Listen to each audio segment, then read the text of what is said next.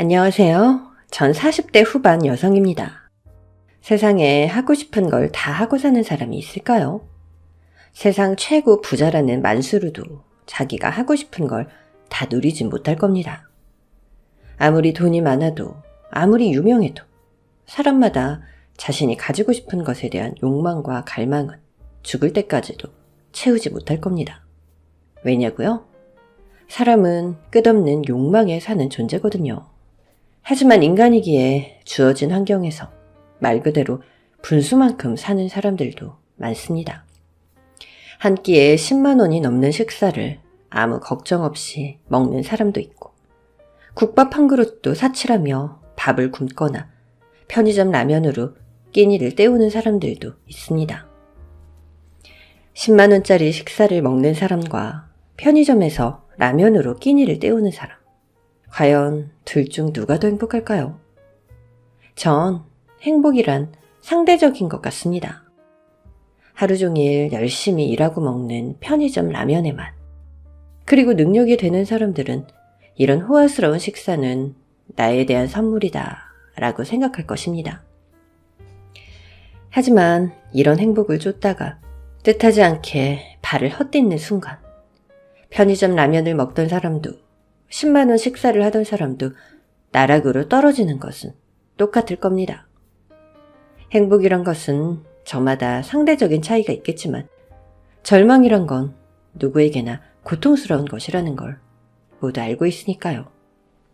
저도 남들에겐 별거 아니지만 단 하루의 행복을 쫓으려다 뜻하지 않게 차디찬 절망의 늪으로 빠진 적이 있습니다. 너무나도 열심히 살아왔고 그 누구에게 피해 한 번 안 주고 살았습니다. 그냥 단 하루만 행복이란 걸 누리고 싶어서 작은 사치를 부린 것이 저에겐 불행의 씨앗이 되고 말았습니다.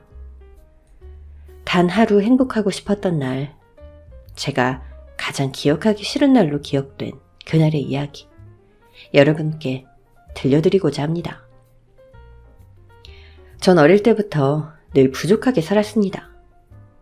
밥을 먹어도 늘 배가 고팠고, 학교에 가서도 다른 아이들에 비해 남루한 옷차림으로 하루하루를 견뎌야 했기 때문입니다.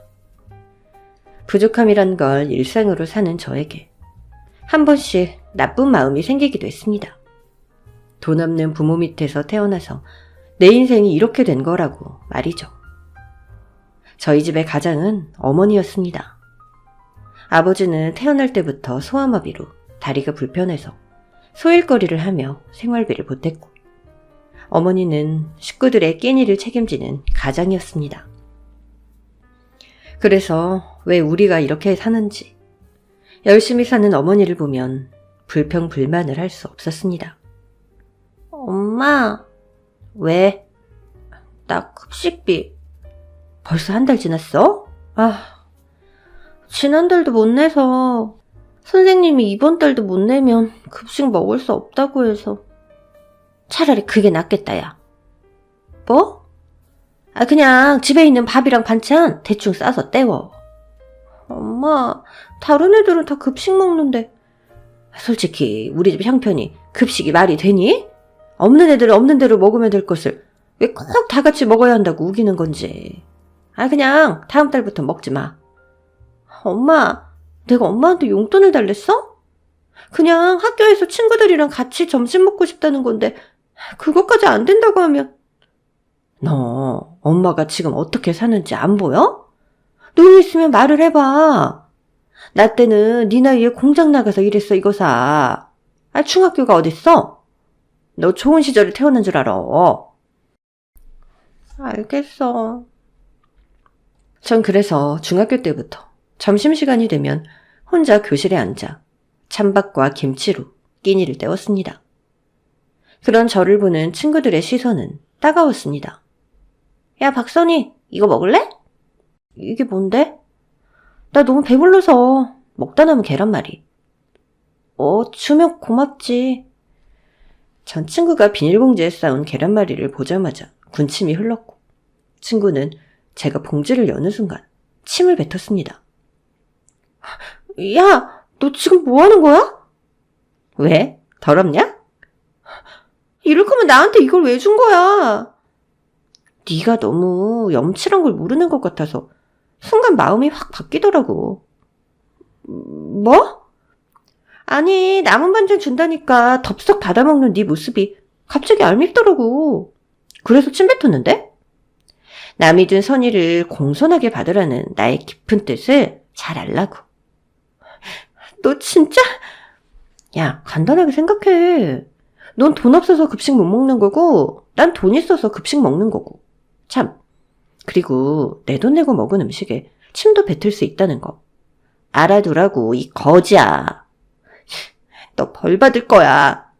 벌? 웃기고 있네. 너 같은 거지가 감히 나한테 어떻게 벌을 내려. 앞으로 그 더러운 반찬 냄새에 풀풀 풍기면서 교실에서 밥 먹다 나한테 들키면 다음에 네 밥에 침 뱉을 거니까 그렇게 알아? 알겠어? 그렇게 못된 짓을 하는 친구에게 할 말이 없었습니다. 친구가 한 말이 그땐 다 맞았거든요. 남이 주는 거 덥석 받는 거지 근성. 제가 제일 싫어하면서 그런 행동이 본능적으로 나왔다는 것에 전 제 자신이 너무 한심하고 부끄러웠습니다. 그날 도시락도 먹지 않고 하염없이 눈물을 흘리며 집으로 돌아가는데 제 앞에 꽃비가 내렸습니다. 너무나도 맑은 하늘, 그리고 바람을 타고 흩날리는 벚꽃잎들. 눈물은 자꾸 나는데 제가 서 있는 이곳이 꼭 천국 같았습니다. 매일 다니는 학교길이었지만 이렇게 아름다운 것들을 내가 본 적이 있었나 생각이 들었습니다. 안 본 것이 아니라 그동안 삶에 지쳐 못 보고 지나친 아름다운 것들이 저에겐 정말 많았구나. 그때 깨달았습니다. 사람이 그렇지 않나요? 자신의 마음에 꽃이 피어야 꽃이 보이고 자신의 마음에 먹구름이 잔뜩 있으면 먹구름만 보이기 마련이죠. 너무나도 치욕스럽고 내 자신을 원망했던 그날. 벚꽃잎은 왠지 절 위로하는 듯 이 세상에 저만을 위해 존재하는 것 같았습니다. 그래서 벚꽃은 제게 있어 아주 특별한 의미가 되었죠. 시간은 흘러 전 어느덧 성인이 되었고 겨우 고등학교를 졸업하고선 취업전선에 뛰어들었습니다. 고졸 졸업장을 가지고 취업을 하기란 참 힘들었어요. 허드렛 일이나 단순 노동, 그런 일자리들밖에 없었고 같은 일을 해도 대졸자와 고졸자의 연봉 차이는 아주 컸습니다. 면접을 보러 갈 때면 무슨 죄인이라도 된 듯 주눅이 들었습니다. 박선희 씨? 네. 왜 대학 안 갔어요? 집안 형편이 좀 어려워서요. 그럼 앞으로는 어떻게 할 거예요? 뭘요? 공부해서 대학 갈 거냐고요. 전 수십 군데 면접을 봤지만 이런 질문은 처음이었습니다. 대학이란 건 아예 꿈도 꿔서는 안 되는 일이라 생각했죠. 엄마 말대로 저에겐 사치일 뿐이었으니까요. 여기서 돈 벌어서 대학 갈 거면 일하고 아니면 다른 데 알아보세요. 네? 사지육신 멀쩡한 사람이 왜 꿈이 없습니까? 지금이 조선시대도 아니고. 여자라서? 돈이 없어서? 그건 핑계 아닙니까? 드라마에서 그런 말이 있더군요. 이루려는 자는 노력을 하고 포기하는 자는 핑계를 댄다고. 3일 줄게요. 박선희 씨가 핑계만 대고 있을 건지 노력을 할 것인지 고민하고 오세요. 아무도 저에게 꿈이라는 것에 대해 알려준 사람은 없었습니다. 그냥 전 이렇게 태어났으니까 이렇게 살아야 한다는 절망만 심어주었죠. 전 그때 사장님의 말을 듣고 정말 깊게 고민을 했습니다. 처음으로 앞으로 나는 어떻게 살 것인가 하고 말이죠. 약속했던 3일이 지나고 전 사장님을 찾아갔습니다. 사장님의 공장은 규모는 작지만 알아주는 중소기업이었어요. 사장님, 저 해보고 싶습니다. 뭘? 일도 공부도 꿈도 모두요. 한꺼번에 하면 채요. 우리 차근차근 해봅시다. 그런데 사장님. 왜요? 왜 저한테 그런 말씀을 해주신 거예요? 제 부모님도 저한테 꿈을 가지라고 한 적이 한 번도 없었거든요. 나도 박선희 씨 같은 시간을 겪었거든요. 근데 후회가 막 밀려오더라고. 나 같은 사람은 안 됐으면 하는 바람에서. 근데 아무나한테 이런 이야기 안 합니다. 알죠? 네, 사장님. 전 정말 1초도 허투루 쓰지 않고 낮에는 일하고 밤에는 공부하면서 3년을 보냈습니다. 결국 전 제가 희망하는 대학에 합격했고 입학금도 모아서 마음 편히 대학에 갈 수 있었습니다. 박 대리, 정말 장해. 정말 장해. 사장님 아니었으면 전 이루지 못했을 거예요. 사장님, 정말 감사합니다. 난 그냥 훈수나 둔 거지. 박 대리가 다 한 거야. 대학 다녀도 회사 일도 열심히 할게요. 말도 안 되는 소리. 자, 이거 받아요. 이게 뭐예요? 퇴직금이에요. 네? 이제 대학도 갔으니 더 넓은 곳에서 꿈을 펼쳐야지. 우물안 개구리가 되면 그동안 노력한 보람이 없지 않나? 사장님. 그동안 고생 진짜 많이 했고 대학생활도 잘할 거라 믿어. 박선희 씨는 핑계대기보단 노력을 말하는 사람이니까. 전 살면서 저한테 이런 행운도 있나 생각했습니다. 정말 믿기지도 않았고 제가 대학에 다닐 수 있다는 희망이 생긴 거니까요. 정말 사장님은 제 인생의 은인과 같은 분이셨죠. 하지만 행복은 제게 쉽게 오지 않았습니다. 그동안 모은 대학 등록금과 사장님이 넉넉히 주신 퇴직금이 사라져버렸기 때문입니다.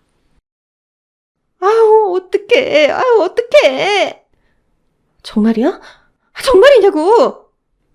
돈 번다고 나가더니 이제껏 한 짓이 아유, 도박빚이 자그마치 5천이란다. 아니, 니네 아버지 어떡하면 좋으냐? 어? 아유.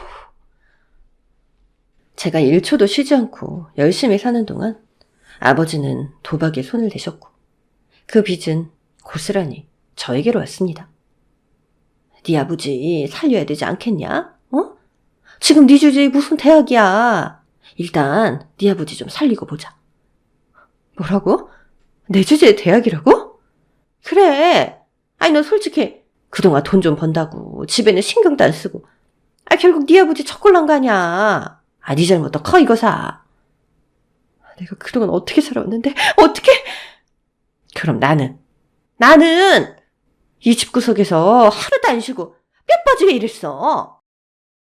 그렇다고 자식의 꿈을 그렇게 꺾는 부모가 어딨어? 네가 아주 돈 좀 벌더니 분수를 판 말아먹었구나. 이게 어디서 진짜. 얼른 내놔. 돈 내놓으라고. 항상 그랬습니다. 엄마는 아빠가 불쌍하다고 늘 감싸기만 해줄 뿐 그 원망은 저에게 다 풀었습니다. 결국 전 퇴직금과 그동안 모은 대학 등록금을 아버지 도박빚 갚는데 다 쓰고 말았습니다. 선이야, 미안하다. 아버지가 앞으로 내 이름 부르지도 마. 선이야. 잘해보려고 했겠지. 큰돈 벌어보려고 했겠지. 그런데 아빠, 그건 꿈이 아니라 허상이야. 나 이제 정말 이 집이 넌덜머리가 났어. 난 한 번도 부모님한테 도움을 요청해 본 적이 없어. 엄마 말대로 이대로 살다가 죽겠지 생각했어. 그런데 꿈이 생겼고 그 꿈을 위해 달려가던 것뿐인데 왜 그걸 망쳐? 왜? 너 돈 좀 갚아줬다고 아버지한테 바락바락 대드니? 나 앞으로 부모 없다고 생각하고 살 거야. 이번 일은 자식된 도리로서 당신들한테 주는 마지막 선물이라고 생각해. 잘 먹고 잘 살아. 전 그렇게 부모와 인연을 끊고 다시 바닥으로 내려갔습니다. 하지만 살아야 했기에 이를 악물고 일자리를 찾았고 작은 공장에 취직하게 됐습니다. 단순 노동을 하는 작은 공장이었어요. 하지만 지난 일터처럼 저에게 아무도 친절하게 대해주는 사람은 없었습니다. 야, 너 때문에 지금 밀린 거 안 보여? 죄송합니다. 너 졸았지? 아니요. 안 봐도 뻔해. 밤마다 실컷 놀다가 공장 와서 그냥 하루하루 때우는 인간들. 딱 너야. 앞으로 한 번만 더 이러면 진짜 너 가만히 안 둬? 알겠어? 그땐 정말 하루하루가 지옥이었습니다. 작업량도 많았고 선배들의 괴롭힘에 몸도 마음도 너무 힘들었습니다. 그런데 어느 날 저에게도 후배가 생기게 됐죠. 아, 여기는 이준호 씨. 선희 씨가 맡아서 잘 좀 가르쳐봐. 아, 네. 잘 부탁드립니다, 선배님. 까무잡잡한 얼굴에 작은 키. 호감형이라고 볼 순 없지만 그냥 순박한 사람이구나. 그게 그 사람에 대한 저의 첫인상이었습니다. 선배님, 이렇게 하는 거 맞나요? 네. 근데 좀 더 빨리 해야 돼요. 여기서 밀리면 뒤에까지도 영향을 주니까. 네. 뭐가 그리 좋은지 맨날 헤헤거리고 다니는 그 남자. 뭐 때문에 저렇게 웃는지 이해를 할 수 없었습니다. 전 하루하루가 고통인데 저 사람은 왜 자꾸 웃는지. 보면 볼수록 밉다는 생각밖에 안 들었죠. 이준호 씨, 이거 왜 이런 거예요? 작업일지 이렇게 쓰면 안 되는 거 알잖아요. 아, 아까 저쪽에 계신 선배님이 이렇게 그냥 쓰라고 해서. 이준호 씨, 당신 이거 엿먹이려고 그러는 거 몰라요? 네? 저 사람들이 당신 엿먹이는 거라고. 아, 설마요. 맨날 헤헤거리면서 웃기만 하고 실속은 하나도 없고 나까지 피해주지 말고 일 좀 똑바로 해요. 알겠어요? 네, 시정하겠습니다, 선배님. 전 절 보고 있는 그 남자를 보고 있자니 우라통이 치밀었고 결국 그 남자의 따귀를 때리고 말았습니다. 야, 너 지금 나 놀려? 놀리냐고! 왜 웃어? 왜 웃냐고! 아니, 선배님, 그게 아니고 너도 내가 우습지? 내 꼴이 우스운 거지? 아니에요. 너도 내가 하찮은 거잖아. 무슨 마음인지 정말 그날 그 남자 품에 안겨서 그동안 당했던 서름을 다 토해내듯 펑펑 울었습니다. 그런데 그 남자는 펑펑 우는 저를 그냥 말없이 안아주며 어깨를 토닥토닥 해주었죠. 마음껏 우세요. 제 앞에서는 마음껏 울어도 돼요. 당신이 뭔데? 당신 뭔데? 전 선배님의 수호천사? 뭐라고요? 저 오늘부터 선배님 수호천사려고요.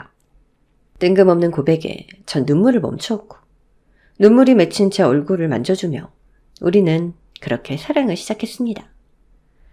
사내연애를 한다고 하면 분명히 따가운 시선들이 우리를 괴롭힐 게 분명해서 저희는 정말 007 작전을 방불케 할 만큼 연애 사실을 꼭꼭 숨겼죠.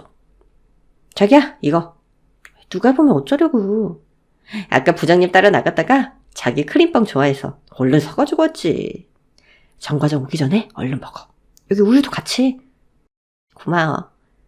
우리 엄마는 뭐 좋은 거 있으면 누가 볼까봐 얼른 내 입에 넣어주고 그랬는데 엄마 마음이 이런 건가 봐. 자기가 잘 먹으니까 나 진짜 행복해.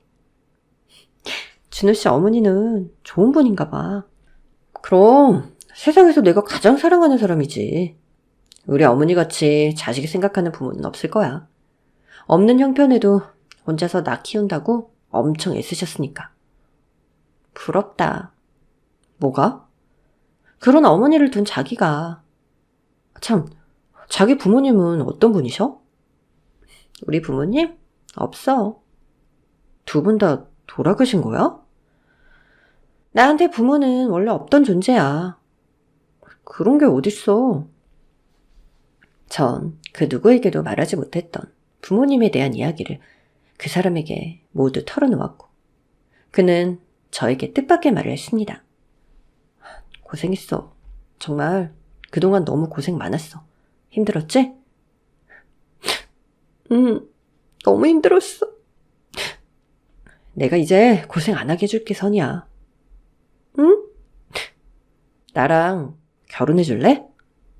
전 그렇게 새로운 가족을 만났고 넉넉하진 않지만 시어머니의 따뜻한 사랑 속에서 결혼 생활을 했습니다. 시어머니는 정말 너무나도 좋은 분이셨어요. 남편이 3살 때 시아버님을 여의고 홀로 온갖 힘든 일을 다 해가며 자식을 키우셨습니다. 남편이 이렇게 밝고 웃음기가 많은 이유를 시어머니를 보니 알 수 있었습니다. 없는 집에 시집 와준 것도 고마운데 이렇게 착하고 예쁜 사람이 우리 집 식구가 되다니. 준호야, 엄마는 믿기지가 않는다. 믿으셔도 돼요. 그치 자기야? 네 어머니, 이렇게 환영해 주셔서 정말 감사드립니다. 환영이라니. 앞으로 우리 준호 잘 부탁해요. 저도 잘 부탁드려요 어머니. 시집을 가서 가족이란 게 이런 거구나를 처음 느꼈습니다. 사람의 온기가 가득하고 서로를 끔찍이 아끼는 것. 태어나 처음으로 제 식구들을 만난 기분이었죠. 시어머니, 저, 그리고 남편까지. 저희는 셋이 각자의 일터에서 열심히 일했습니다. 집을 좀 넓혀서 아이를 가질 계획도 있었고, 우리 부부는 좀 더 돈이 모이면 어머님이 더 이상 일을 하지 않게 하려고 부단히 노력했습니다. 시어머니는 시장에서 생선 가게를 하셨습니다. 비가 오나 눈이 오나 하루도 빠짐없이 시장에 나가 장사를 하신 탓에 시어머니에게 쉰다라는 건 있을 수 없는 일이었습니다. 야, 이제 봄이 오려나 봐. 그러네. 벚꽃 좀만 있으면 금방 피겠는데? 난 벚꽃을 보면 참 여러 가지 감정이 들어.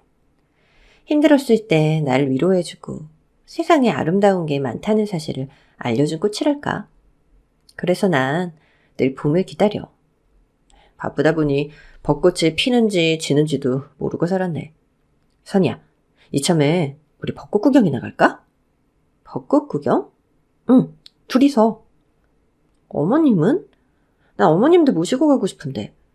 여행이라고는 한 번도 안 해보신 분인데 우리끼리 봄을 즐길 순 없잖아. 역시 우리 마누라, 당신은 천사야 천사. 나 천사 아니야. 자기랑 어머님이 천사지. 이번 주말에 가자. 벚꽃이 가장 아름다울 때. 좋아. 친구 녀석한테 나 차 좀 빌려야겠다. 우리 식구들끼리 오붓하게 가려면. 그래. 팍팍한 살림에 나들이 한번 제대로 못 간 우리 식구들. 우리 식구들에겐 작은 휴식이 필요했습니다. 호캉스나 해외여행은 못 가도 봄에 핀 벚꽃이라도 마음 편히 볼 수 있는 시간이 있어야 한다고 생각했습니다. 아유, 너네 둘이 가. 늙은이 데리고 가봤자 피곤만 하지. 어머님, 저 어머님 안 가시면 안 갈 거예요? 니네 둘이 즐겁게 놀다 와. 괜히 나까지 가서 꽃 구경도 제대로 못해. 엄마, 선이가 엄마 꼭 모시고 가고 싶다고 신신당부했어요. 그리고 저 친구한테 차도 빌려놨으니까 우리 셋이 오붓하게 꽃 구경 갈 수 있다고요. 네? 엄마. 어릴 때 죽은 내 동생이랑도 봄 되면 나물도 캐고 꽃반지도 만들고 참 좋았었는데. 어머님, 동생분이 계셨어요? 시장통에서 잃어버렸는데 소문에 차에 치여서 이 세상을 떴다고 하더라고. 그 후론 본 적도 소식도 들은 적이 없어. 이번 봄에 저희들이랑 즐겁게 보내시면 동생분도 하늘에서 기뻐하실 거예요. 아유, 우리 며느리 마음씨도 어쩜 저렇게 고울꼬. 결국 시어머니는 저희의 간곡한 설득에 함께 꽃놀이를 가기로 하셨고, 저희는 나들이를 간다는 기분에 들떠서 여행 가기 5일 전 들뜬 마음으로 하루하루를 보냈습니다. 아, 시간이 왜 이렇게 늦게 가냐? 자기야, 이틀 후면 출발이야. 벚꽃 하루아침에 다 지진 않겠지? 나 요즘 매일매일 일기예보 보잖아. 혹시나 우리 여행 가는 날 비 올까봐. 자기 꼭 소풍날 기다리는 아이 같아. 맞아. 지금 내가 딱 그런 기분이야. 여행 가는 날 날씨는 우리를 위해 그런 것처럼 너무나도 화창했습니다. 전 일찍 일어나서 김밥을 싸고 먼 길 갈 것을 대비해 주전부리도 챙겼죠. 여보, 굿모닝. 왜 이렇게 일찍 일어났어? 오늘 어떻게 일찍 안 일어날 수 있어? 오, 김밥까지. 역시 우리 자기 최고야. 어머님 일어나시면 아침 먹고 출발하면 될 것 같아. 그래. 그렇게 모든 준비를 마치고 출발을 하려는데 갑자기 남편이 갈 길을 멈추게 했습니다. 잠깐만. 아유, 왜 수선이야. 여행 가기 전에 사진 한 장은 남겨야지. 자, 타이머 맞춰놓고 자자, 10초 후면 찍습니다. 그러고 보니까 우리가 처음 찍는 가족사진이네. 찰칵. 우리는 처음이자 마지막이 될 가족 사진을 찍고 나들이를 떠났습니다. 날이 날이니만큼 도로에는 꽃나들이 행렬로 차가 엄청 막혔습니다. 하지만 차에서 우리 식구들은 차 막히는 것도 추억이라며 서로 이야기하며 즐겁게 여행길을 즐겼습니다. 예상보다 많이 늦겠는데 엄마 괜찮으세요? 난 신경 쓰지 마. 밖에 콧바람 쐬는 거 잊고 산 지 오랜데 나오기만 해도 좋구나. 천천히 가요. 안전이 최고니까. Yes, sir. 전 그 웃음이 영원할 줄 알았습니다. 하지만 30분 후 웃음꽃이 피던 우리 차 안은 핏빛으로 물들어 버렸습니다. 이제 좀 차가 뚫리는 것 같네. 자, 이제 좀 달려볼까? 남편은 막히는 도로가 뚫리자 속도를 내고 도착 지점을 10분 정도 앞둔 그때 저거 뭐야? 저기 뭐야? 준호야! 차 한 대가 중앙선을 침범해 역주행을 했고 남편은 손 쓸 수도 없이 그대로 그 차와 정면 충돌했습니다. 우리 차는 충돌 후 가드레일을 받고 도로 밑으로 떨어졌고 이후 전 정신을 잃고 말았습니다. 눈을 떴을 때 여기가 어딘지 그리고 왜 여기에 있는 건지조차 알 수가 없었습니다. 박선희 씨, 정신이 좀 드세요? 네, 근데 제가 왜 여기에... 교통사고 난 거 기억 안 나세요? 그제서야 머리가 아프기 시작하면서 우리 차가 충돌했다는 게 기억났습니다. 저희 남편은요? 그리고 어머님은요? 어머님은... 저희 어머님이 왜요? 진정 좀 하시고요. 이따 뵙게 해드릴게요. 지금은 안정하셔야 돼요. 그럼 저희 남편은요? 우리 남편 어딨어요? 왜 말씀을 안 하세요? 전 뭔가 불길한 직감이 왔고 온몸이 부서질 것 같은 고통을 느끼며 남편과 시어머니를 찾으러 다녔습니다.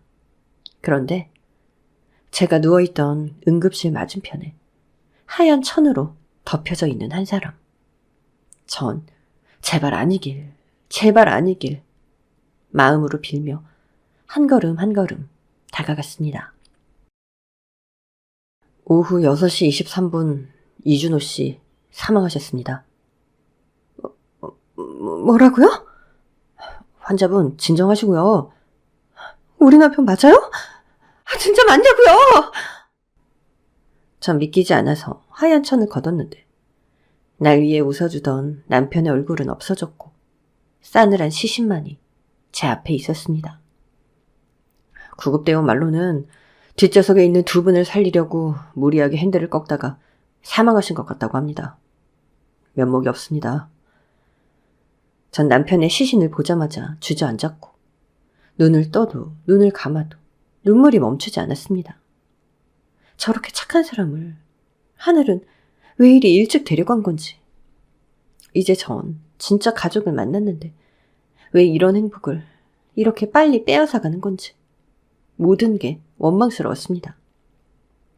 안 돼. 당신 놔두고 가면 안 돼. 나 어떻게 살라고. 안 된다고. 환자분, 지금 남편분도 너무 안 되셨지만 어머님도 한번 보셔야 할 것 같습니다. 어머님요? 어머님은 왜요? 전 의사의 안내에 따라 중환자실에 누워 계신 어머님을 보게 됐습니다.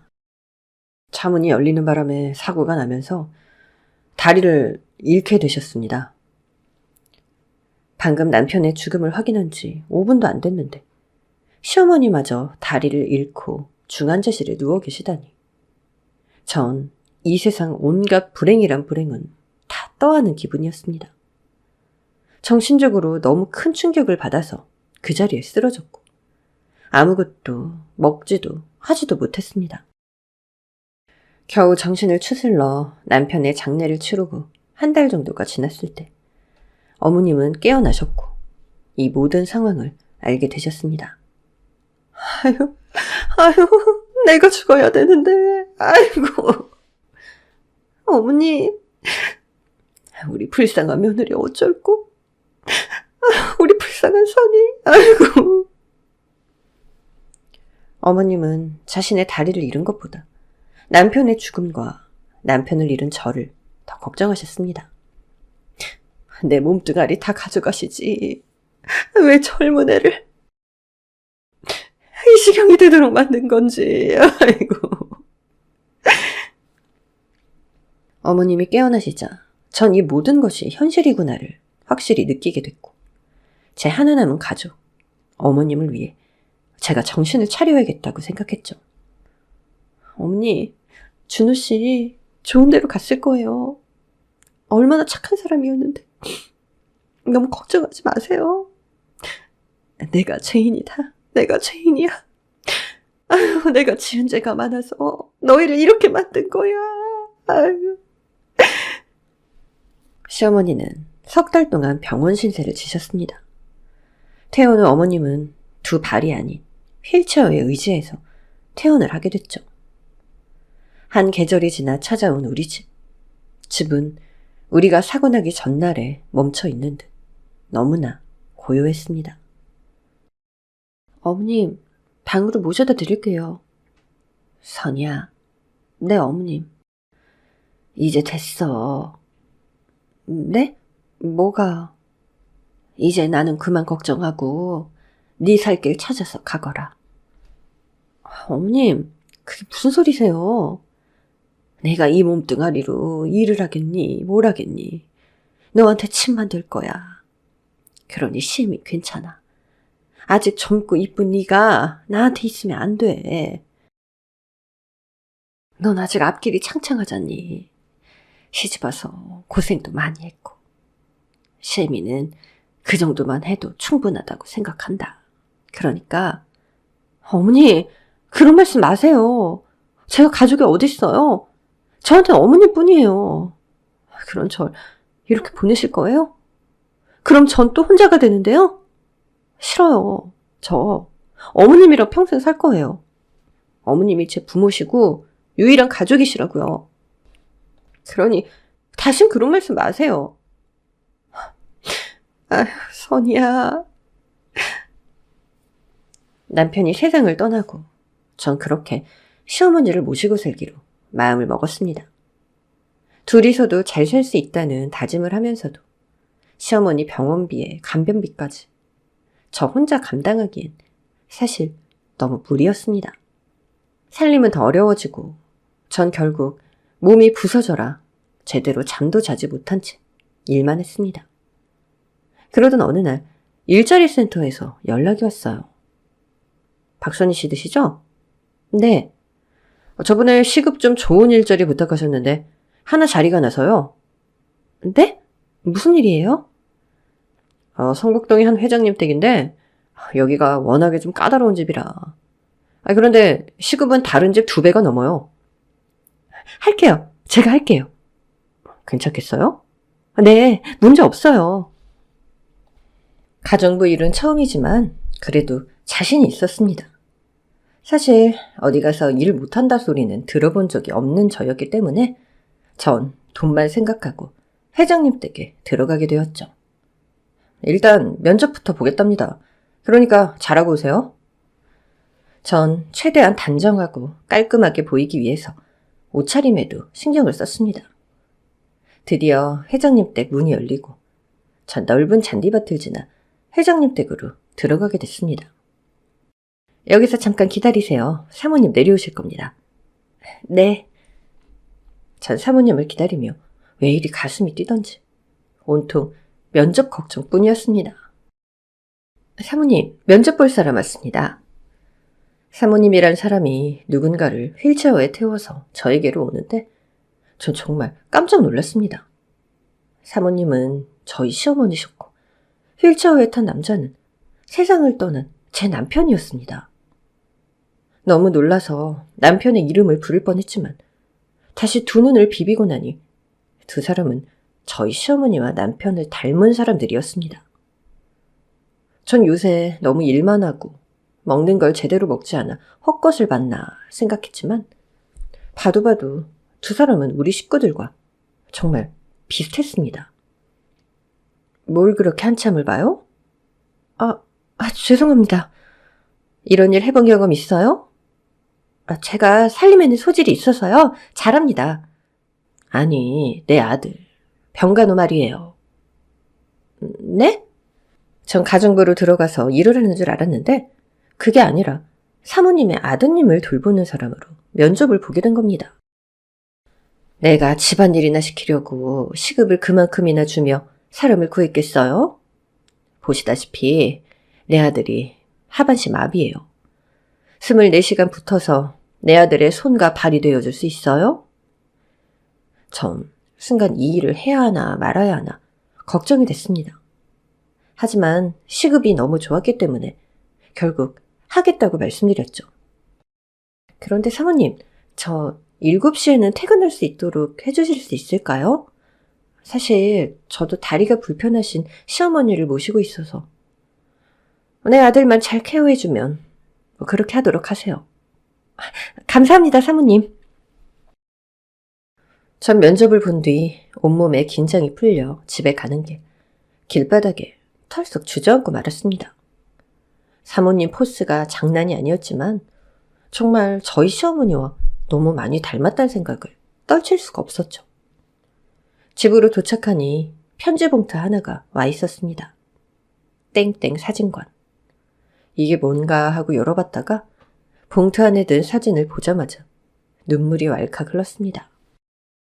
가족여행을 가기 전 남편과 함께 찍은 우리 세 식구의 가족 사진이었어요. 남편이 하늘로 떠나고 나서 필름을 맡겼는데 너무 찾으러 오지 않아서 사진관에서 직접 저희 집으로 배달을 해준 것이었습니다. 전 그 사진을 보고 혹여나 어머님이 들으실까 베개를 얼굴에 묻고 얼마나 울었는지 모릅니다. 이 사람이 뭘 잘못했길래 이리도 일찍 데려가셨는지 전 남편한테 해준 게 하나도 없는데 후회가 파도처럼 밀려왔습니다. 전 사진을 제 지갑에 넣어 항상 가지고 다녔어요. 늘 어머님과 남편이 함께 있다는 생각을 가지고 열심히 일하겠다고 다짐했죠. 전 사모님의 아들을 정말 정성껏 돌봤습니다. 사고로 다리를 잃은 것도 저희 시어머니와 같다는 마음에 시어머니를 보는 듯한 마음으로 일을 했습니다. 하지만 일이 그리 쉽진 않았습니다. 다리를 잃었다는 아픔에서 아직 헤어나오지 못한 사모님의 아들은 사사건건 모든 것이 불평불만투성이었습니다. 아줌마, 수건이 너무 뜨겁잖아. 그래요? 제가 다시 가져올게요. 아니, 이번엔 차갑잖아. 지금 장난해? 그래요? 제가 다시 가져올게요. 아니, 물온도 하나 못 맞춰서 지금 뭘 하겠다는 거야? 죄송해요. 제가 다시 가져다 드릴게요. 전 하반신 마비의 고통을 누구보다 잘 알기에 사모님의 아들을 알뜰살뜰 돌봤습니다. 현석 씨라고 했죠? 난 현석 씨랑 참 많이 닮은 사람을 얼마 전에 하늘로 보냈어요. 그땐 장애라도 좋으니 제발 내 곁에만 있어달라고 울고불고 또 울었죠. 지금 사모님 심정도 마찬가지일 거예요. 현석 씨가 그래도 이렇게 곁에 있다는 것이 사모님께 얼마나 큰 힘이 되는지. 다리도 못 쓰는 병신이 무슨 힘이 된다고? 그런 말 말아요.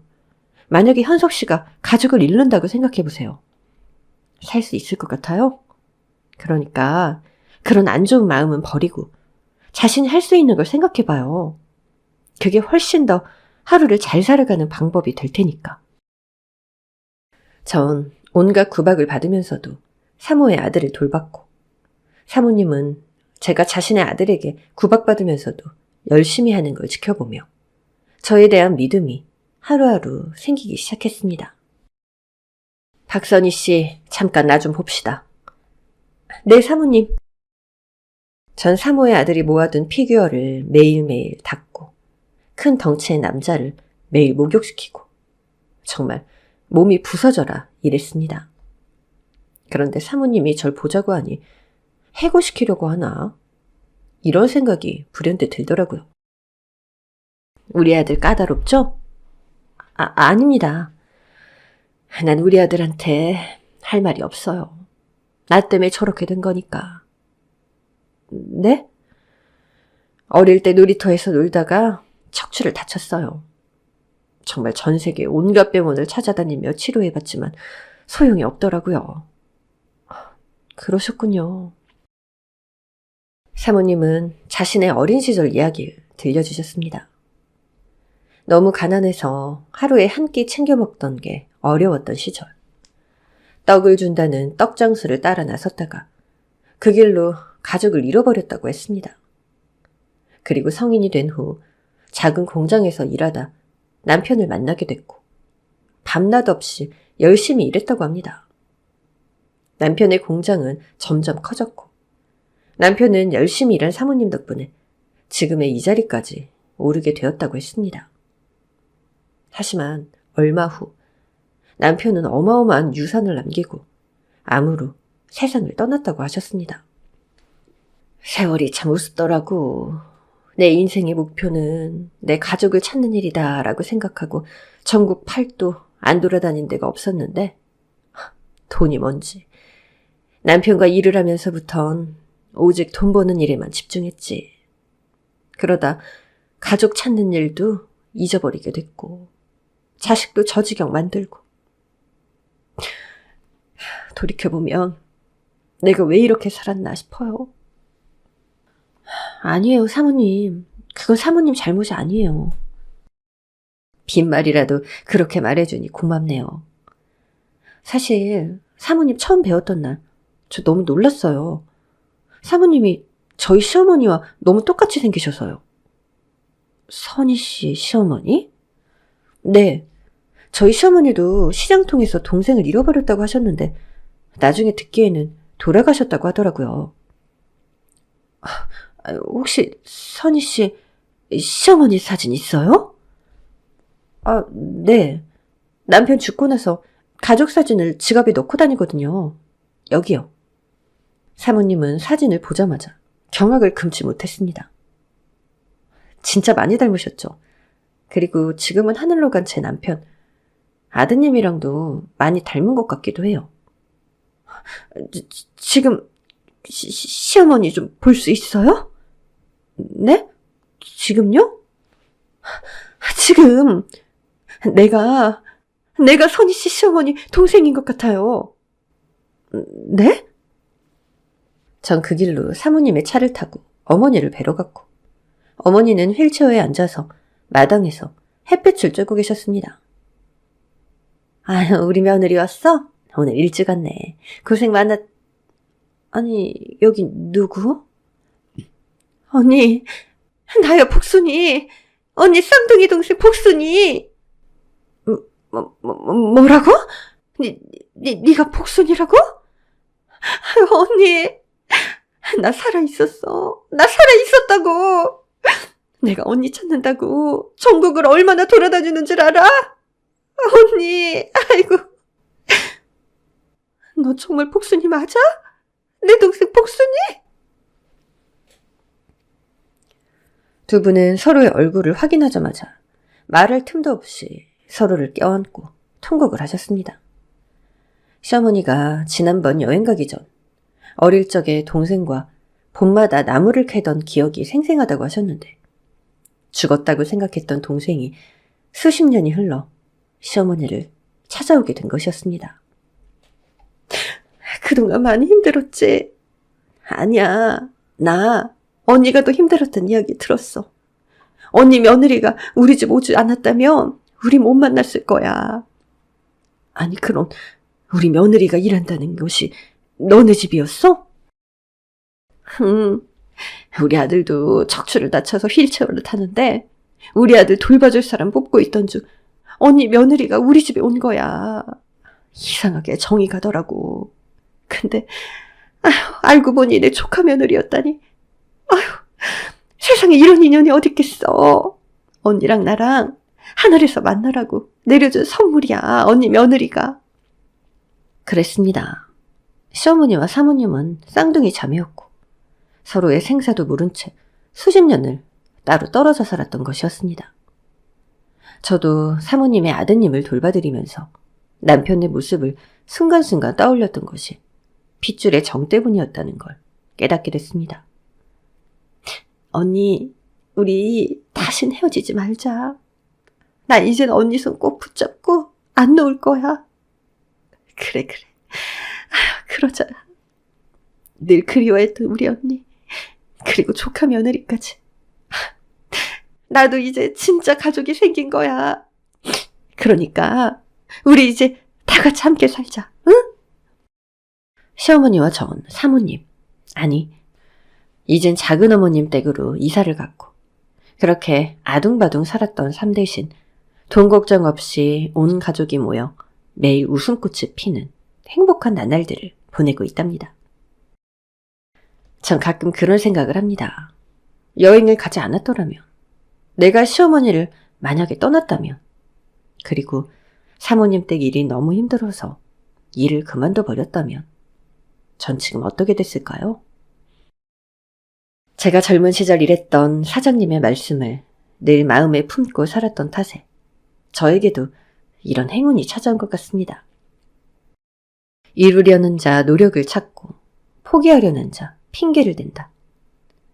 시절 인연으로 끝난 인연이지만 그 말 한마디가 제 마음을 바꾸고 제 인생을 바꾸겠습니다. 끼니 한 끼만 해결하면 되겠지라는 순간의 행복보단 사랑하는 사람들과 함께 열심히 노력하고 일궈낸 소중한 행복이 더 영원하리라는 걸 이제야 깨닫게 됐습니다. 여러분, 여러분에게 행복은 어떤 의미인가요? 전 그렇게 생각해요. 지금 당신 곁에 있는 가족이, 그리고 지금 당신이 매일 하는 일들이 언젠가 모여 큰 행복을 이룰 거라 말이죠.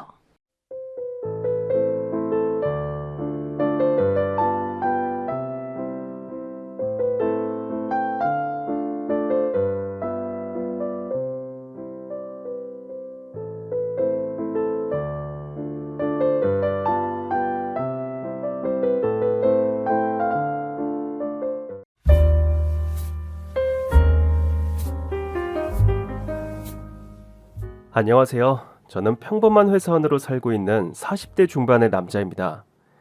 오늘은 제가 여신급 여친과 결혼 직전에 어이없이 파혼을 한 사연을 들려드리려고 합니다. 누가 봐도 제가 미친놈 같겠지만 제 얘기 듣고 나면 생각이 달라지실 겁니다. 한번 들어보실래요? 전 예전부터 김연아 닮은 여자가 이상형이었습니다.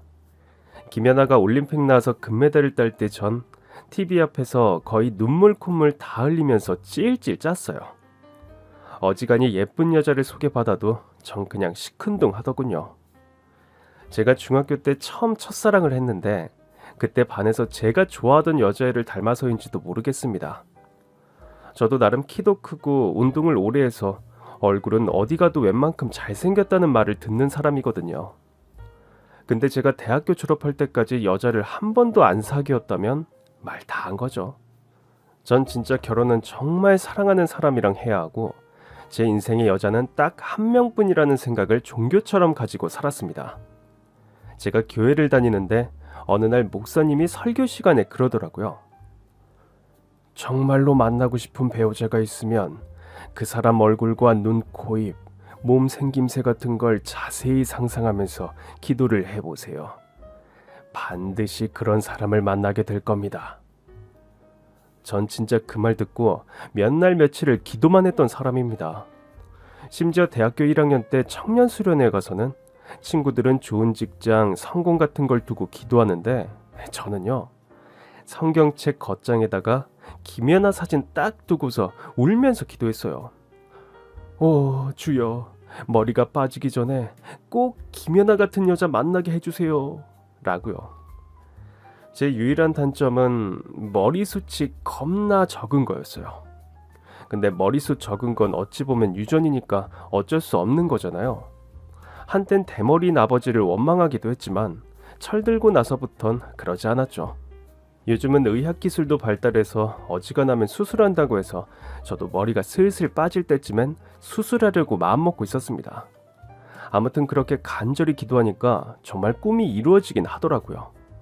제가 김연아 여신을 만난 건 다름 아닌 고속도로에서였어요. 어머니께서 간절히 바라던 공기업에 취업하고 얼마 뒤에 지방 출장 가는 길이었죠. 평소처럼 음악을 듣고 운전하고 있는데 경부고속도로 어딘가에선가 쾅 하고 뒷덜미가 덜컥 하더라고요. 뒤에서 차가 받은 거죠.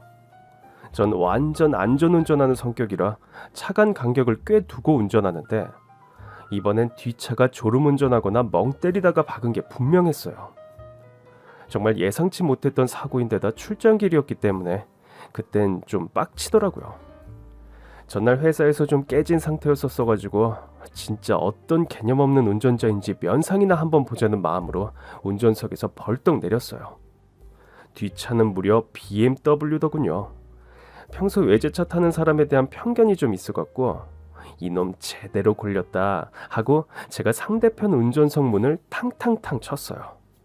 그랬더니 문이 빼꼼하고 열리더니 상대편 운전자가 얼굴만 비추더라고요. 정말 죄송합니다. 제가 그만 졸아버려서. 아니, 지금 이렇게 해놓고 차에서 내리지도 않아요? 그게 예의입니까? 예? 빨리 내려보세요. 어떻게 하실 건데요? 제가 최대한 빨리 보험사를 부를게요. 죄송합니다. 그리고 그녀가 차에서 내리는데 순간 전 머릿속에서 종친다는 표현이 뭔지 그때 알았습니다. 진짜 할렐루야! 그 노래가 순간 나오면서 땡, 땡, 땡, 땡 하고 4번 종이 울리더군요. 그녀의 얼굴을 보는 순간 전 외칠 수밖에 없었습니다. 대박, 김연아 닮았다! 네? 그게 무슨 말이세요?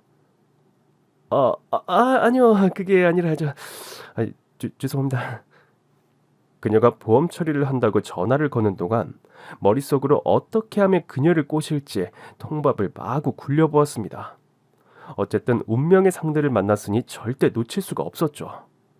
전 그녀가 전화가 끝나기만을 기다렸다가 앓는 신용을 했습니다.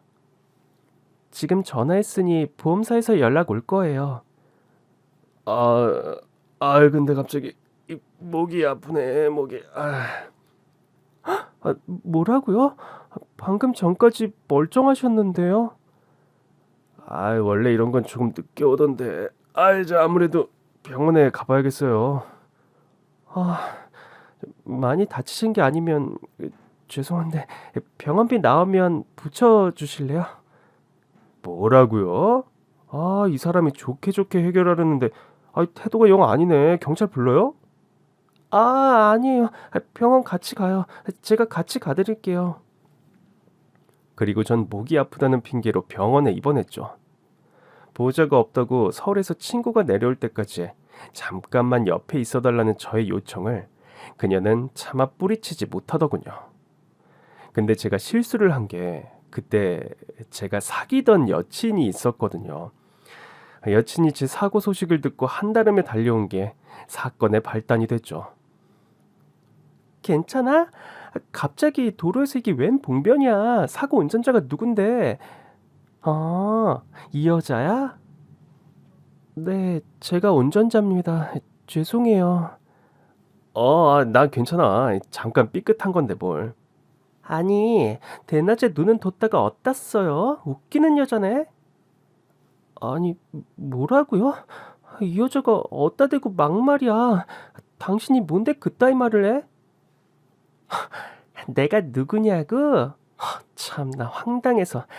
난 이 남자의 이 여자 제 누나예요. 누나 언제 소식 듣고 여기까지 온 거야? 그렇게 말했더니 그날 병원 복도에서 제 여친, 제 싸대기를 바로 날리더니 절 노려보면서 헤어지자고 하더군요. 오케이, 나이스. 진짜 고마워 자기. 자긴 진짜 좋은 남자 꼭 만날 거니까 두고 봐. 제가 병원에서 뺨 맞고 여자한테도 차였는데 저도 모르게 막 미친 사람처럼 웃고 있으니까 지나가던 병원 사람들이 다 쳐다보더군요. 제 여친은 저한테 쌍욕을 시전하고 유유히 사라지셨고 그 장면을 모두 지켜보던 사고녀는 절 가만히 안 쳐두고 말했습니다. 솔직히 말해봐요. 지금 목 안 아프죠? 무슨 말이에요? 저 진짜 아프다고요. 그래요? 근데 저 여자 여친이라고 왜 말 안 했어요? 여친은 무슨? 아이, 밥 한 번 먹은 사이인데, 저 여친 없어요. 여친 없어요. 혹시 저한테 관심 있으세요? 아까 사고 현장에서도 김연아 어쩌고 하는 걸 보니. 네, 진심입니다. 첫눈에 반했고 제 이상형이세요. 저 사랑합니다. 저랑 사귀어 주세요. 이왕 그렇게 된 거 제 본심을 말해야겠다고 생각했죠. 그녀는 정말 난감하다는 표정으로 한참을 고민하더니 대답하더군요. 정말 죄송한데 그쪽 솔직히 얼굴 나쁘지 않거든요. 근데 예, 근데 제가 머리숱 없는 남자는 딱 질색이라 아무래도 안 될 것 같아요. 죄송해요. 진짜 그때 하늘이 무너질 것 같은 기분이란, 평생을 기다려온 사람이 제 단점을 꽉 찔렀을 때 그 모 같은 기분이란 말로 표현할 수가 없네요. 근데 그렇게 그녀를 보낸다면 나중에 분명히 엄청나게 후회할 것 같다는 생각이 들었어요. 그렇게 헤어지면 언제 또 만날지 모르기도 하고요. 그래서 연락처라도 일단 따야 한다는 다급한 마음에 저도 모르게 그만 무릎을 꿇고 말았죠. 어머, 왜 이러세요? 왜 갑자기 무릎을 꿇고 그래요? 남자로서 자존심을 굽히면서 이렇게 부탁드립니다. 정 머리숱 없는 남자가 싫으시다면 제가 머리를 심으면 되는 거 아니겠습니까? 제가 싫으신 건 아니잖아요. 저 그만한 돈은 갖고 있습니다. 제가 만약 머리를 심고 나타나면 그땐 절 다시 만나 주시겠습니까? 네? 그게 무슨, 저 때문에 머리를 심으신다는 게, 제가 뭐라고 그런 무모한 짓을 하세요? 아닙니다, 아닙니다. 전 정말 그쪽을 처음 본 순간부터 사랑에 빠졌습니다. 아쉽게도 장소가 고속도로였긴 했지만, 전 이렇게라도 해서 그쪽 연락처를 딸 수 있다면 더한 것도 할 수 있어요. 제가 싫으신 게 아니라면 이렇게 간절히 부탁할게요. 저한테 연락처를 알려주세요. 그럼 제가 머리 심고 당당하게 나타나 프로포즈 하겠습니다. 제가 무릎을 꿇고 그렇게 간절히 애원하자 그녀도 마음이 흔들렸는지 자기 명함을 하나 주더군요. 명함에 적힌 그녀는 동대문에서 의류 도매를 하는 사업가였습니다. 얼굴도 예쁜데 돈까지 잘 벌다니. 그녀를 놓친다면 아마도 제 인생에 커다란 오점이 될 것 같다는 생각에 심장이 마구 떨리더군요. 그녀는 저랑 사귈 마음은 없지만 나중에라도 혹시 인연이 되면 다시 만나자는 말과 함께 병실을 떠나갔습니다. 전 그녀의 등 뒤에 대고 간절히 외쳤죠. 꼭 제가 머리 심고 다시 연락드리겠습니다. 그때까지 다른 남자랑 사귀시면 절대 안 됩니다. 그리고 퇴원을 한 날, 그날 즉시 회사에 병가를 내고 강남에서 제일 두피 이식을 잘한다는 병원에 상담 예약을 했습니다. 가능하다고 하면 곧바로 수술을 받고 싶었어요. 그런데 제 두피를 체크하시던 병원장님이 한숨을 푹 쉬는 게 아니겠어요? 죄송합니다만 이 머리론 이식이 불가합니다. 네? 그게 무슨 말이에요? 뒷머리로 앞머리 이식하는 건 유전자랑 아무런 상관이 없다고 하던데. 그것도 아무나 되는 게 아니에요. 지금 환자분 머리는 뒷머리도 모낭이 죽어가는 상황이라 이식이 불가해요. 청천벽력이네요. 병원장님, 오늘 제가 여기서 죽는 꼴을 보셔야겠습니까? 예? 그렇지 않고선 방법을 찾아주시는 게 맞지 싶습니다. 딱 한 가지 방법이 있긴 한데, 그게 뭔가요? 지금 환자분하고 모낭 크기가 같은 다른 사람의 모낭 세포를 이식해서 수술을 한 뒤에 머리를 옮겨 심어야 하는데, 그게 가족은 같은 유전자라 힘들 거고. 그럼 제가 길 가는 사람 아무나 붙잡고서라도 모낭 세포를 뜯어 올게요. 보통 이런 경우 검사를 해보고 모낭 타입이 비슷한 사람을 찾아야 하니까. 그래요. 한번 누구를 데려와 보세요. 그 다음 보죠. 유일한 희망은 저랑 모낭 타입이 같은 사람을 찾는 것뿐이란 생각에 전 미친 듯이 제 주변 사람들을 데리고 병원으로 갔습니다. 학교 선배, 직장 동료, 아는 동생, 심지어 자주 가는 미용실 선생님까지. 저랑 왠지 머리 모양이 비슷해 보이는 사람은 죄다 꼬셔서 병원에 데려간 것 같아요. 그런데 이건 또 무슨 운명의 장난인지. 제가 그렇게 병원에 데리고 갈 때마다 원장님은 고개를 절레절레 흔드시더군요. 아유, 아닙니다. 이분도 아니에요. 모낭이 완전히 같은 사람을 찾기가 쉽지는 않을 겁니다. 젠장 진짜. 그럼 가발이라도 꼬매서 두피에 붙여 주시든가요. 이것도 아니면 진짜 이 방법밖에 없는데. 뭔데? 제가 뭐든 다 할게요. 조금 위험하긴 합니다만 다른 사람의 뒷머리가 아닌 앞머리 모낭을 심는 겁니다. 앞머리 모낭을 심어요? 그게 가능한가요? 적어도 임시로는 가능하죠. 다만 언제 머리가 탈락할지 모른다는 단점이 있는데 그렇게 머리가 다시 빠질 기미가 보이면 다시 시술을 받으면 됩니다. 그 방법밖에 없다면 그렇게 가야죠. 그렇게 전 저랑 친한 형에게 부탁해 뒷머리 모낭을 이식받기로 했죠. 세상에 공짜가 어디 있습니까? 500만 원을 주고 제발 모낭을 달라고 사정사정해서 받게 된 거였어요.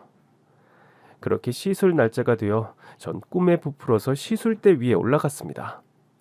원장님은 저에게 시술 전에 다시 한번 당부의 말씀을 하시더군요.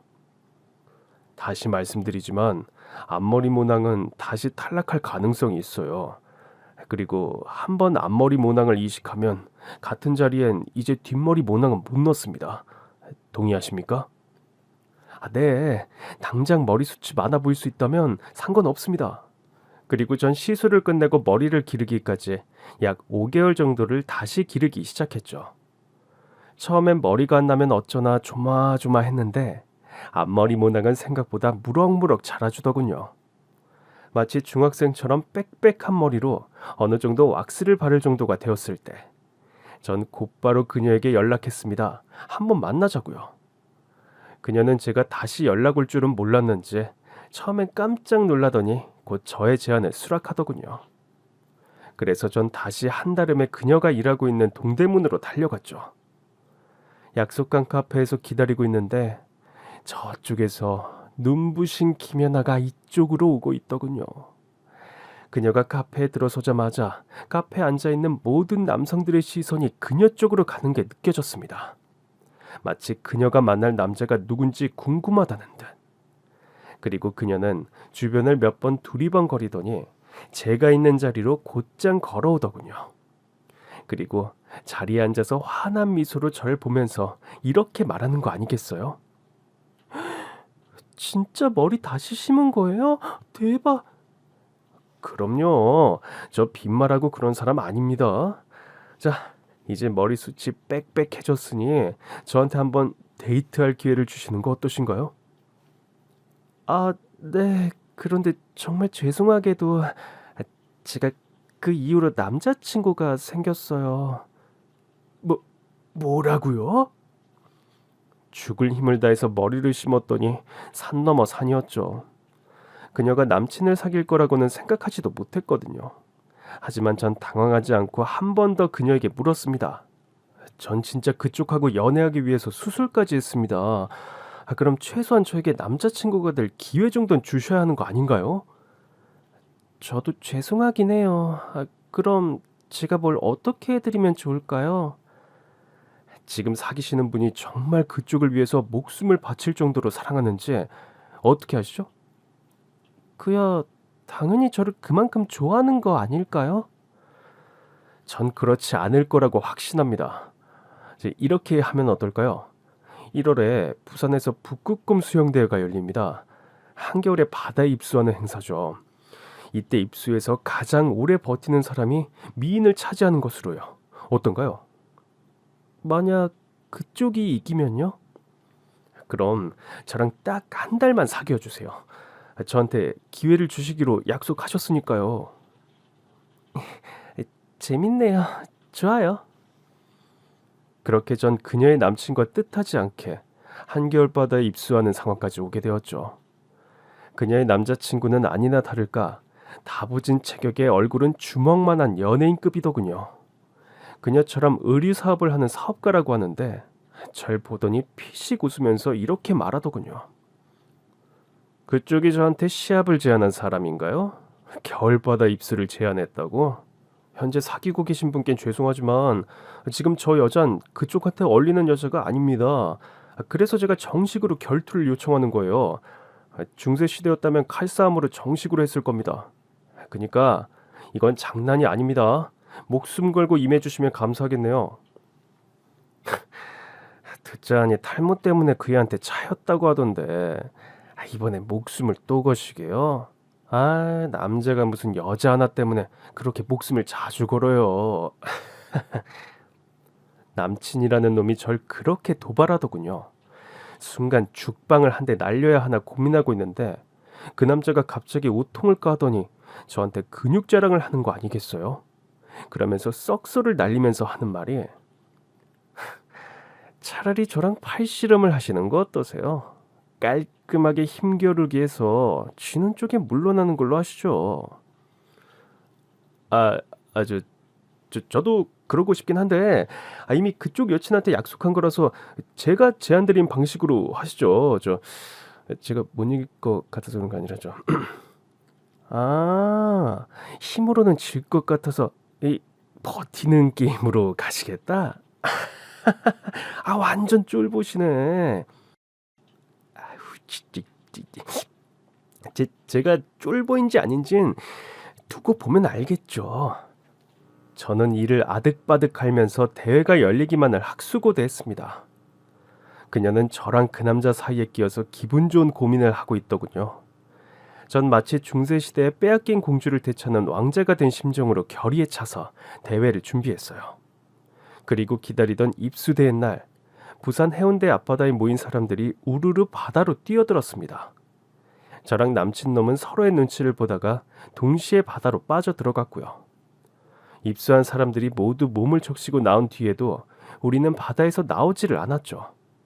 그랬더니 사람들이 무슨 불구경 난 것처럼 이쪽을 계속 쳐다보더군요. 그날 해운대 날씨가 영하 5도였습니다. 전 오줌을 지를 정도로 추웠지만 정말 꿋꿋하게 버텼죠.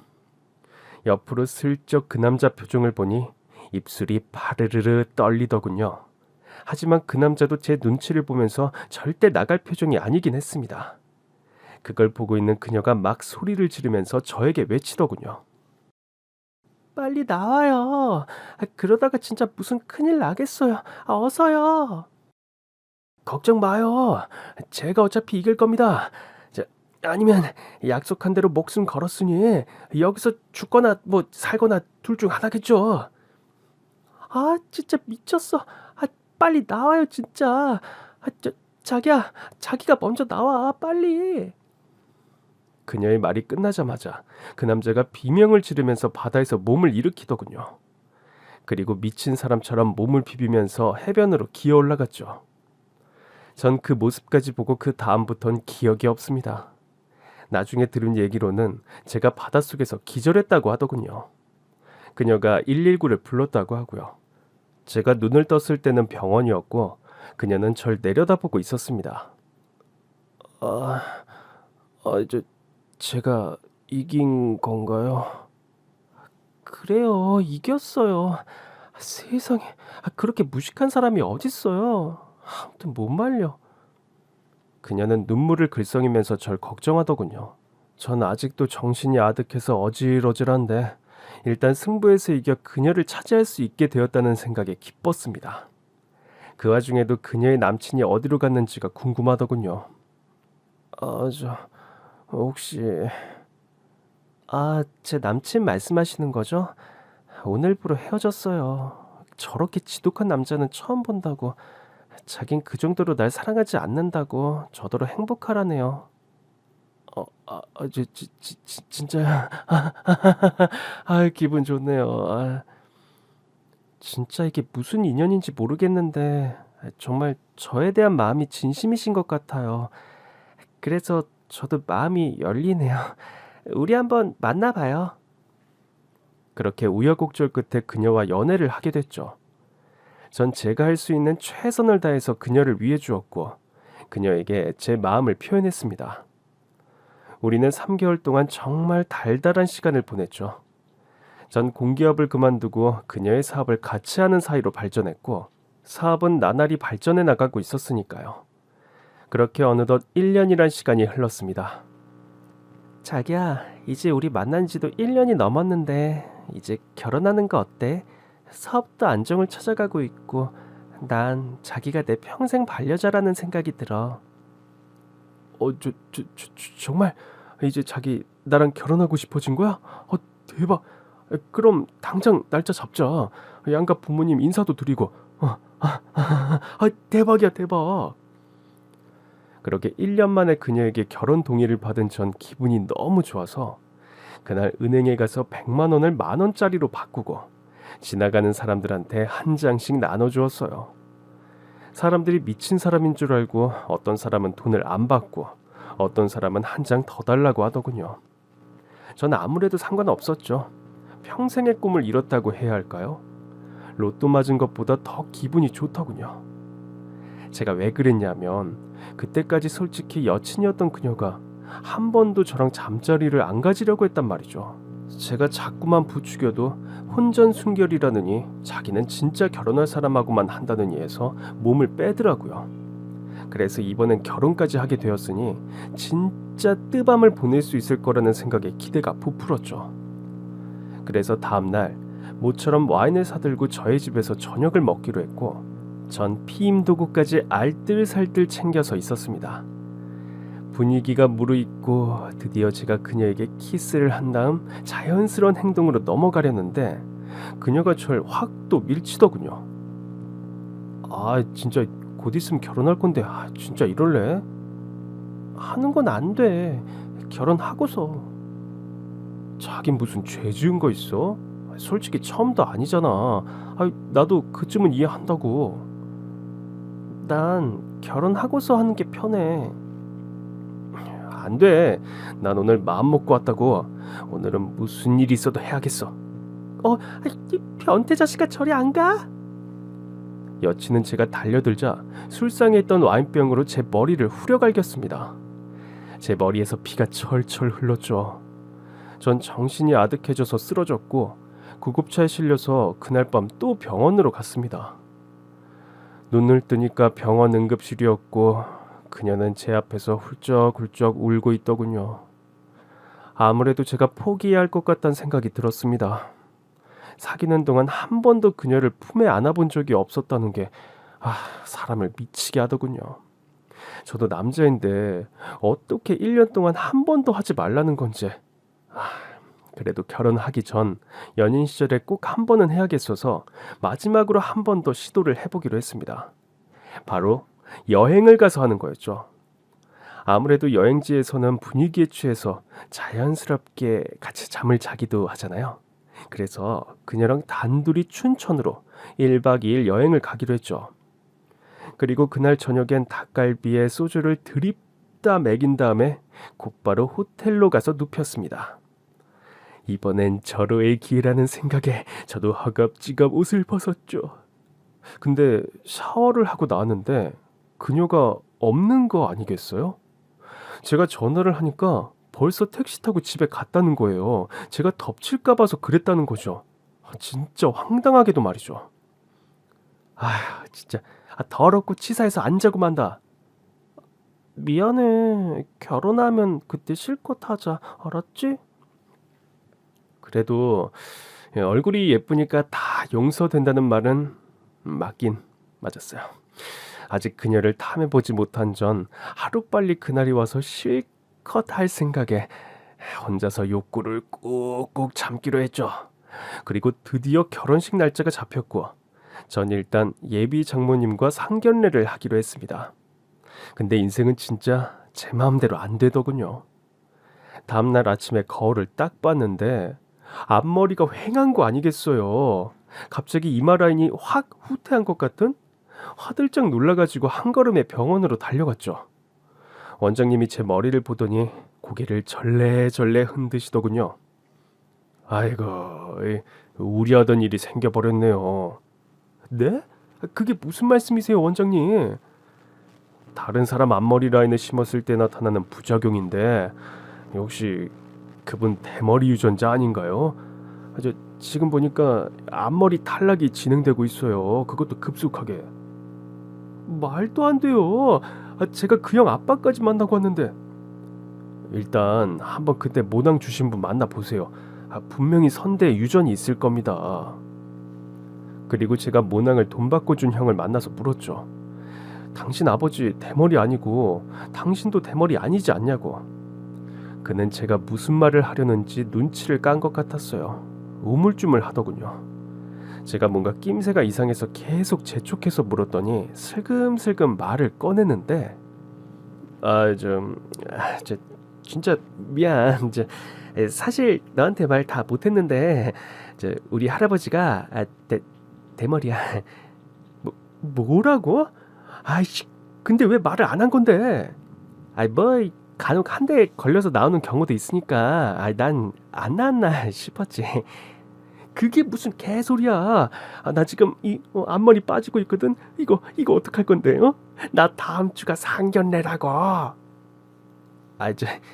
미안하게 됐다. 일단 모자 쓰고 나가봐라. 미치겠네. 당장 내 돈 내놔, 이 사기꾼아. 전 완전 절망했습니다.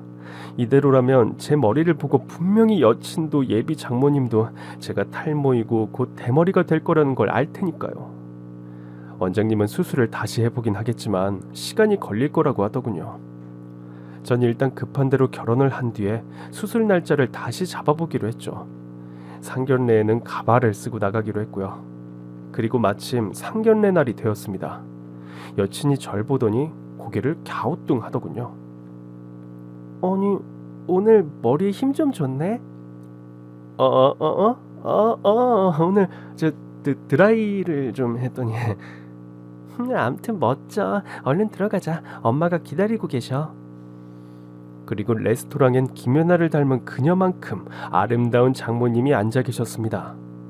제 여친이 왜 김연아라고 하는지 알겠더군요. 장모님은 세련된 샤넬 투피스에 머리를 올린 머리를 해가지고 누가 보면 40대처럼 보일 정도였으니까요.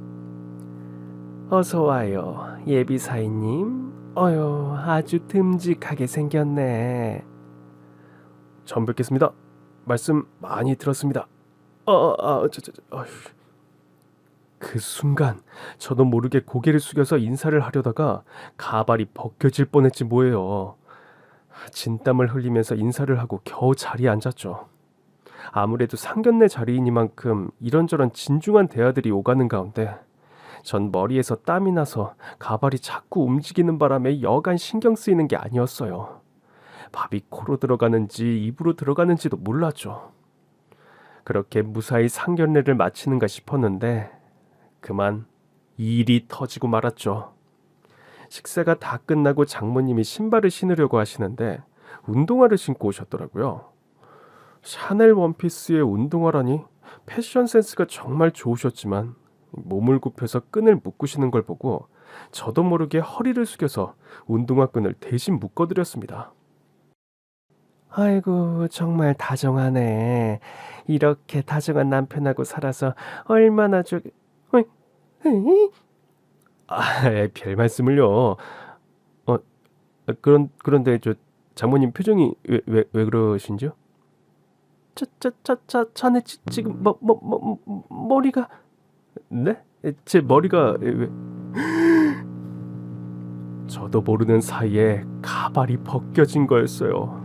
가발이 땀 때문에 스르륵 흘러내리고 전 결국 앞머리가 탈락되고 있는 공허한 얼굴을 들키고 말았죠.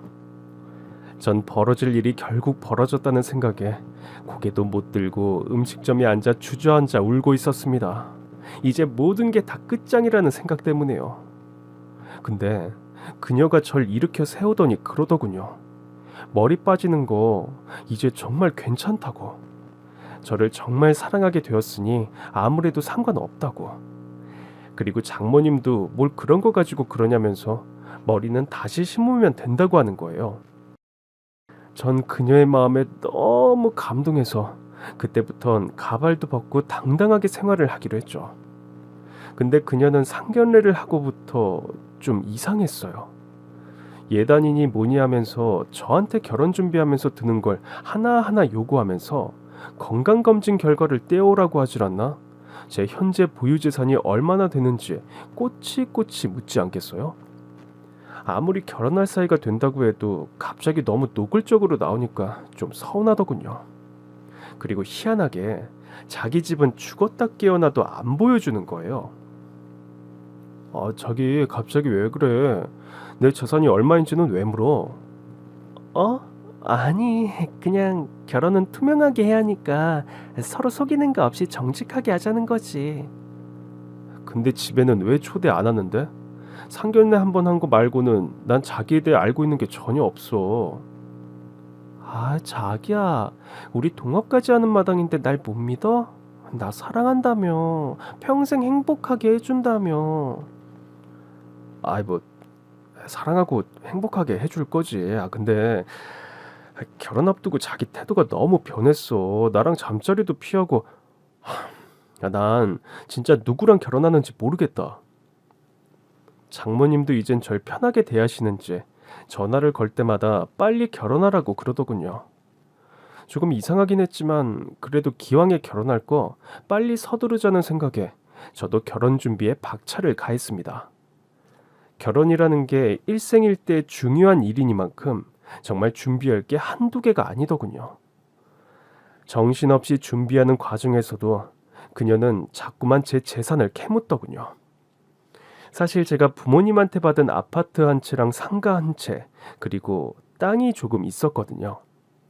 그렇긴 하지만 그건 부모님이 주신 거고 제가 살면서 그 재산을 처분할 일이 있을까? 무슨 일이 있으면 다시 부모님께 돌려줘야 하잖아요. 그래서 저는 없는 셈 치고 살아야 한다고 생각했어요. 근데 제 여친은 부모님한테 빨리 증여를 받아야 한다느니, 그래야 세금이 덜 나온다느니 하면서 자꾸 재산을 빨리 정리하라는 식으로 말하더군요.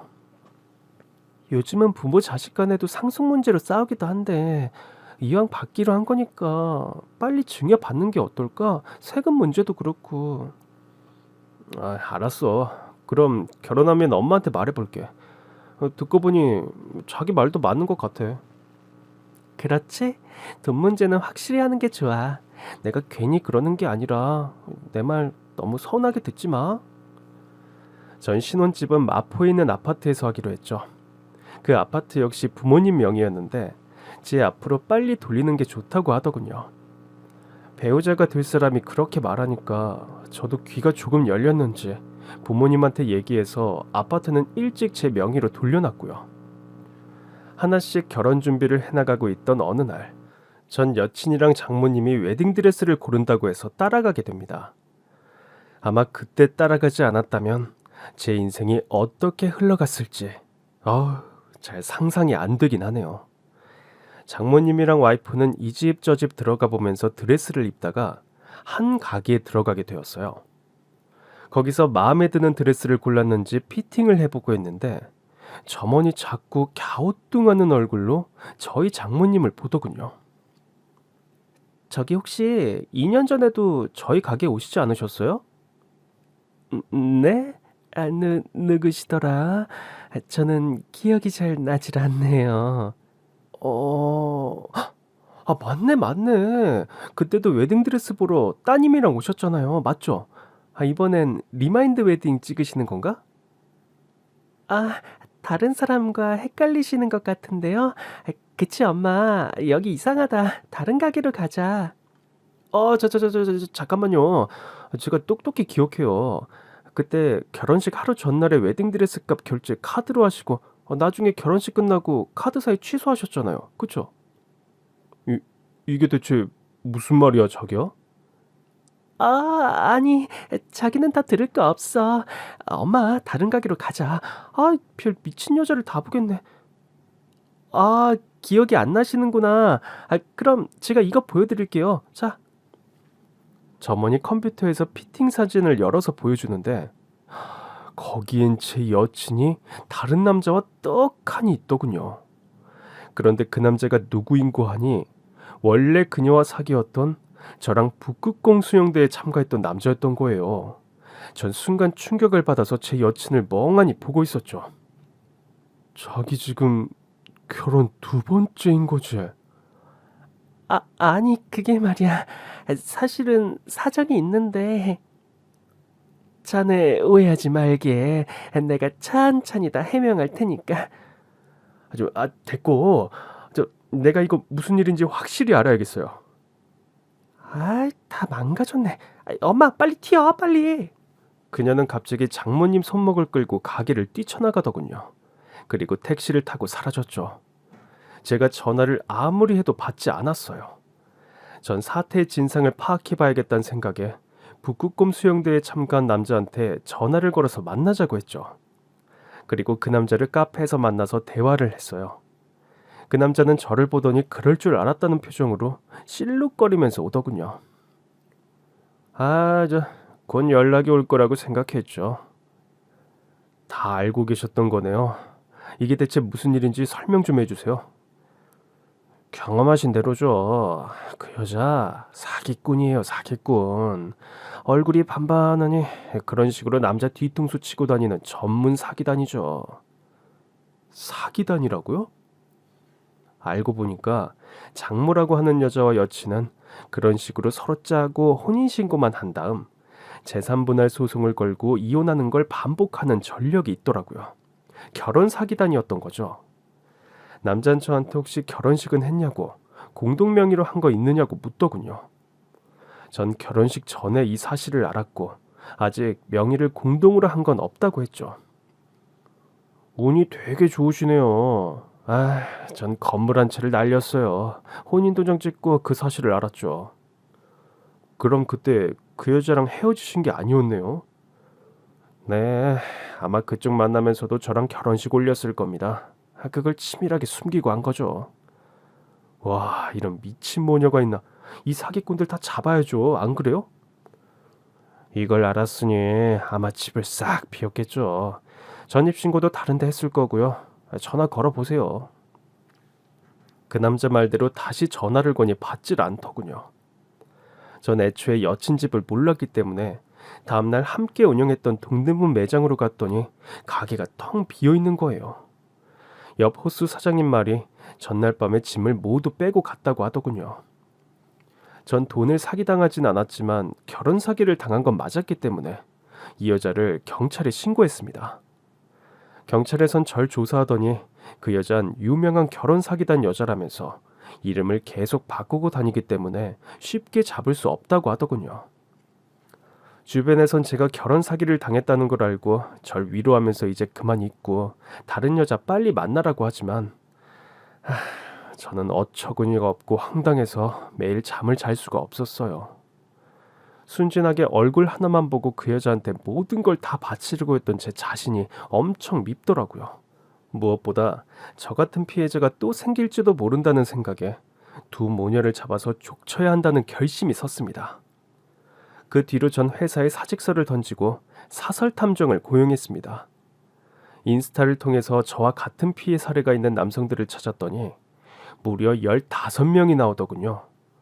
패턴은 같았습니다. 두 모녀가 주로 저한테 썼던 것처럼 우연을 가정한 교통사고를 수법으로 쓴다는 공통점이 있었죠. 피해자들은 전국에 걸쳐 있었는데 다들 금전적, 정신적 피해를 당한 사람들이었어요. 전 피해자들을 위한 인터넷 카페를 개설하고 나서 전국망을 구축했습니다. 혹시라도 비슷한 피해가 들어오면 바로 힘을 합쳐서 그 여자를 잡아내기로요. 그리고 3개월 정도 지났는데 제 인스타로 DM이 하나 날라오더군요. 제 인스타 글을 보고 결혼 사기에 대해 알고 있던 남자인데 자기가 최근에 만나는 여자가 그 여자 같다면서 한번 봐달라는 거예요.